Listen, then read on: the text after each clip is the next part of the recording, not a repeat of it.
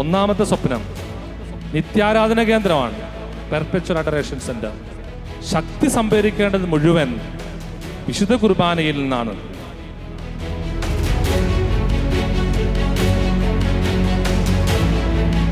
രണ്ടാമത്തേത് Marian pilgrim centre. പരിശുദ്ധ അമ്മയുടെ കരം പിടിക്കണം, അമ്മയുടെ നീല മേലങ്കിയിൽ നിന്ന് സംരക്ഷിതരായിട്ട് വേണം ഇക്കാര്യങ്ങളിലേക്ക് ഇറങ്ങാൻ.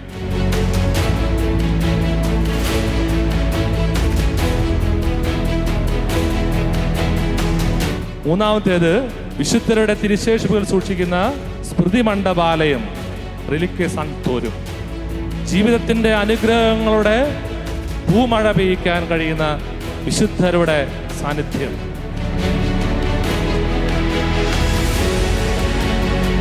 ദശാബ്ദി ഫണ്ട്, വയനാട് ഹോം പ്രോജക്റ്റ്.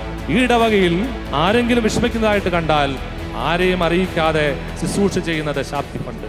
നമ്മുടെ ദേശത്ത് അനേകർ വീട് നഷ്ടപ്പെട്ട് ജീവിതം നഷ്ടപ്പെട്ടു പോയപ്പോ ഒരു ഭവനമെങ്കിലും നിർമ്മിച്ചു നൽകാൻ ഈ ഇടവകയ്ക്ക് ആകുന്ന സ്വപ്നമാണത്.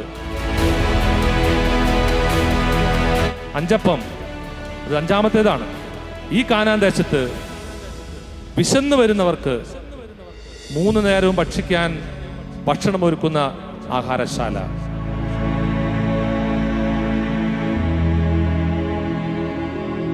ആറാമത്തെ സ്വപ്നം പകൽ വീട്.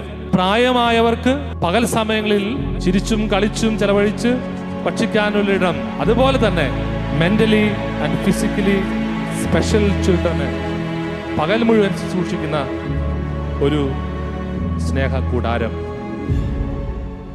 ഏഴാമത്തേത് ക്രൈസ്റ്റ് പബ്ലിക് സ്കൂളിനും ക്രൈസ്റ്റ് PU കോളേജ് ബസവ നഗറിനു വേണ്ടിയുള്ള മനോഹരമായ ഒരു വിദ്യാലയത്തിന്റെ കെട്ടിട സമുച്ചയം പൂർത്തീകരിക്കുക.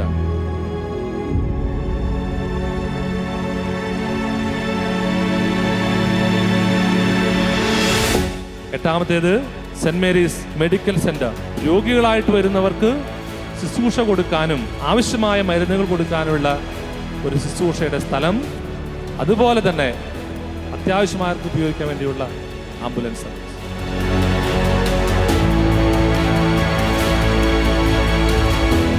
ഒൻപതാമത്തേത് ഹോം മിഷൻ. അതുപോലെ നമ്മുടെ ഏറ്റവും പ്രധാനപ്പെട്ട ക്രിസ്ത്യൻ ഫെലോഷിപ്പ് ഫാമിലീസ്. പരസ്പരം കൈത്താങ്ങാകുന്ന സ്നേഹഭവനങ്ങളെ കൂട്ടിയിണക്കുന്ന മനോഹരമായ ഒരു ശുശ്രൂഷയാണത്. 10ാമത്തെ സ്വപ്നത്തിൽ വൈദിക മന്ദിരം, സന്യാസിനി മന്ദിരം, രോഗികളെ ശുശ്രൂഷിക്കുന്ന ഗുഡ് സമാരിറ്റന് വേണ്ടിയുള്ള ഓഫീസ്, മരിയൻ പിലിഗ്രിം സെന്ററിനുള്ള ഓഫീസ്, ക്രിസ്ത്യൻ ഗ്രന്ഥശാലയും ഹിസ്റ്റോറിക്കൽ മ്യൂസിയവും, പൈസ് അസോസിയേഷന് വേണ്ടിയുള്ള റൂമുകൾ, പാരിഷ് കൗൺസിൽ കൂടാനുള്ള സൗകര്യങ്ങൾ, അതിഥി സൽക്കാരത്തിനുള്ള റൂമുകൾ.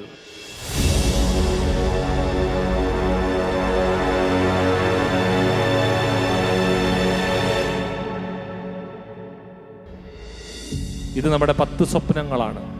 ദൈവമേ, ഞങ്ങളെ അങ്ങുമായി രമ്യതപ്പെടുത്തുന്ന നീതിയുടെ പ്രവൃത്തികളാൽ ജീവിതകാലം മുഴുവൻ യഥോചിതം അങ്ങയെ പ്രീതിപ്പെടുത്താൻ ഞങ്ങളെ സഹായിക്കണമെന്നതാണ് ഈ ദശാബ്ദിയുടെ മുദ്രാവാക്യം. ഇതിന് ഞങ്ങൾ അനുഗ്രഹിക്കണമേ.